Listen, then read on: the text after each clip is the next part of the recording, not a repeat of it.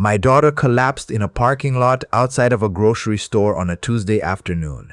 She was 41 years old. She had just bought milk and oranges. The paramedics said it was a massive stroke. No warning, no history. Just here one moment, gone before the ambulance reached the hospital. I was in my woodshop when my son-in-law called. I remember I had sawdust on my hands. I remember thinking that was a strange thing to notice, that I kept staring at my hands while he talked, and I couldn't make sense of a single word coming out of his mouth. Then I heard him say the word gone, and the phone slipped and I just sat down on the floor, right there between the workbench and the wall, and I didn't get up for a long time. My daughter's name was Laurel. She had her mother's eyes and her grandmother's laugh, and she used to call me every Sunday morning before church, just to check in, just to say hello, just because she said she liked the sound of my voice in the morning. She said it reminded her of being small. She said it made her feel safe. She's been gone 14 months now. And I'm telling you this story because what happened after she died, what her husband did, what I found out, and how it all came apart, I need somebody to know. I need to say it out loud. Because for a long time I carried it alone, and that weight almost finished me. Her husband's name is Terrence. They'd been married 11 years. He was a financial advisor, well-dressed, well-spoken, the kind of man who remembered your birthday and shook your hand with both of his and looked you right in the eye. I liked him fine. I never loved him the way I loved Laurel, but I respected him. He seemed to make her happy. That was enough for me. Laurel had done well for herself. She was a senior partner at a civil engineering firm in Charlotte. She had a pension, investment accounts, a life insurance policy worth $900,000, and a home that she'd put a significant down payment on before she and Terrence ever got together. Most of that was hers alone. She'd been careful with money her whole life, methodical, the way her mother had been, and over the years it had added up to something real. I didn't know the exact numbers until after she died. I didn't think about any of that. I was thinking about Sunday mornings and sawdust and how I was going to learn to live without my daughter's voice. The funeral was 4 days after she passed. It was held at a church in the Dilworth neighborhood, the one she and Terrence attended. It was a gray November morning, cold in that particular way Charlotte gets in late fall, where it isn't quite winter but you can feel it coming through your coat. There were maybe 90 people there. Colleagues, neighbors, friends from college, women from her book club, people who loved her. I sat in the front pew. Terrence sat next to me, which I thought was right. That's where he should be. He was her husband. The first thing I noticed was that he didn't cry. Not once, not when the pastor spoke, not when Laurel's best friend Petra, no, I should not use that name, not when her friend from college stood at the podium and could barely get through 2 sentences. Not when they played the song Laurel had always said she wanted at her funeral, that old Emmylou Harris song she'd loved since she was 19 years old. Terrence sat very still the entire service, hands folded, face composed, eyes dry. I told myself grief is different for everyone. I told myself he was holding it together for my sake maybe, or for the sake of the people watching. I told myself not to judge a man at his wife's funeral. But there was a woman sitting 3 rows back on the right side of the church. I noticed her because she was young, younger than Laurel by at least a decade, and I didn't recognize her from anywhere. Brown hair, blue coat, and she kept her eyes on Terrence the entire service. Not on the casket, not on the photos of Laurel displayed along the aisle, on Terrence.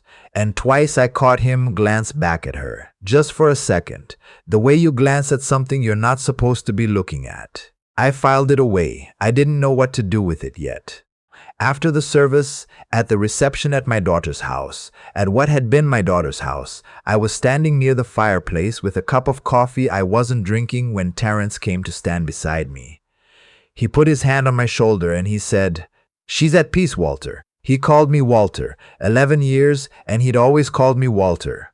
Never Dad, never anything warmer. Just Walter. I nodded. I didn't trust myself to speak. Then he said, almost as an aside, almost like he was thinking out loud, I'm going to have to start thinking about the estate soon. There's a lot to sort through. The house to be a process. I looked at him. She's been in the ground for 3 hours, I said. He said, I just mean there's a lot to manage.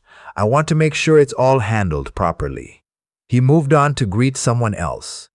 I stood there with my cold coffee, and I thought, something is wrong. That feeling didn't leave me. It stayed through the winter. It was there every time Terrence called me, not every Sunday, not weekly, barely monthly, to give me brief, efficient updates on the estate process.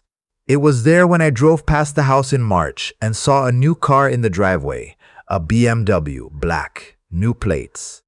It was there when a neighbor of Laurel's, a retired school teacher named Mrs. Briscoe, ran into me at a gas station and told me, in that careful way people have when they're trying to be kind and honest at the same time, that she'd been seeing a woman's car parked in front of the house. Most nights. For a while now. I didn't know if I should say anything, Mrs. Briscoe said. But she was your daughter. I thanked her. I drove home. I sat in my kitchen for a long time now. Here is where I have to tell you something about myself. I am 67 years old. I am a retired civil engineer. That's actually how Laurel got into the field. She used to come to job sites with me when she was little, used to ask me what every machine was for. I am not an impulsive man. I am not a man who makes accusations. I spent 40 years reading blueprints and structural analyses and checking my work twice before I signed off on anything. I believe in evidence. I believe in being sure before you move. So I didn't go to Terrence, not yet. Instead, I called Laurel's attorney. She'd had a personal attorney for estate matters, a woman in her firm's network, and I asked some questions. General questions, I said, just trying to understand how these things work. What I learned made me sit down very slowly in my chair. Laurel's will had been updated 14 months before she died, almost to the week. She had changed the beneficiary structure on 2 of her investment accounts and added Terrence as co-owner on the home deed. The attorney told me this was not unusual for married couples, perfectly legal, perfectly standard. But Laurel had not told me. She told me everything. We talked every Sunday. She mentioned when she changed dentists. She mentioned when she had her oil changed. She would have mentioned changing her will, unless she hadn't done it herself. I don't say that lightly. I am not a man who jumps to conclusions, but I knew my daughter. And something was not adding up. I started paying closer attention. I called Laurel's college friend, the one who had spoken at the funeral, and I asked her as gently as I could whether Laurel had ever mentioned anything about her marriage being difficult, about Terrence, about anything that had worried her. There was a pause on the line. A long one. She said something to me last summer, her friend told me. She said she'd found some texts on Terrence's phone. She didn't tell me who they were with. She said she was trying to decide what to do. She seemed scared. Scared of what? I asked. I don't know. She just said she felt like she was in over her head. And then a few weeks later, she said it was fine, she'd handled it. I shouldn't worry. But she didn't sound like herself. That was in August. Laurel died in November. I kept all of this inside. I kept it so carefully. The way I used to keep my worst fears during the years I worked on bridges and wondered what it would mean if I'd made a calculation error. You carry the weight and you do not let it show because if you panic, you make mistakes. I hired a private investigator, a retired police detective out of Concord named Aldrich. No, that name is in the file. A man named Gideon. I found him through a recommendation permission from a colleague. I told him what I knew. I told him what I suspected. I told him I needed to understand what had happened to my daughter. Gideon was thorough. He was also quiet, the way careful people are. He took 3 weeks. When he came back to me, he came to my house, and he sat at my kitchen table, and he put a folder down in front of me, and he said, I want you to look at this slowly. Take your time. I looked at it slowly. The woman in the blue coat from the funeral, Her name was Adrienne. She was 33. She had been seeing Terrence for at least 2 years, based on the evidence. Phone records, credit card statements, hotel receipts from a place in Asheville that Laurel and Terrence had gone to for their anniversary 3 years running. He had taken Adrienne to the same hotel, same room. That was not the worst part. Gideon had found something else. Terrence had been to see a different attorney, not Laurel's, 9 months before she died, an estate attorney who specialized in asset transfers. Terrence had also been in contact with a financial planner who had, in a period of about 8 months, quietly moved money out of a joint account he and Laurel maintained into a secondary account that Laurel's name was not on. The will changes, the account transfers, the timing. I sat at my kitchen table and I looked at the folder and I thought about my daughter buying milk and oranges on a Tuesday afternoon. "There's one more thing," Gideon said. He didn't want to tell me. I could see it in the way he set his hands on the table. "The life insurance policy. The beneficiary was changed 14 months ago. Same timing as the will update. Changed to who?" I asked. I already knew. "Terrence," he said. "And a secondary beneficiary was added." He paused. "Adrienne." The secondary beneficiary on my daughter's $900,000 life insurance policy was the woman in the blue coat. Laurel had not set that up. I was certain of it in the way I am certain of a flaw in a load-bearing wall. I can't always say exactly how I know, but I know. I asked Gideon what we could do. He told me to talk to a lawyer first, before I did anything else. He told me the financial irregularities alone might be enough to open an investigation. He told me there were people at the state attorney's office who handled cases exactly like this. Elder financial abuse, insurance fraud, potentially worse. I want to be honest with you. When I left that kitchen table, I wasn't thinking about the law. I was thinking about Laurel. I was thinking about her friend's voice on the phone saying she seemed scared. I was thinking about November and cold mornings and a parking lot outside a grocery store. But I did what Gideon told me to do. I talked to a lawyer. Then I talked to the state attorney's office. Then, because the insurance policy triggered federal jurisdiction, I talked to an FBI agent out of the Charlotte field office named Novak, a quiet woman who took very careful notes and who told me at the end of our meeting that what I had brought her was more than enough to begin. I did not tell Terrence any of this. I went on being Walter. I answered his occasional calls.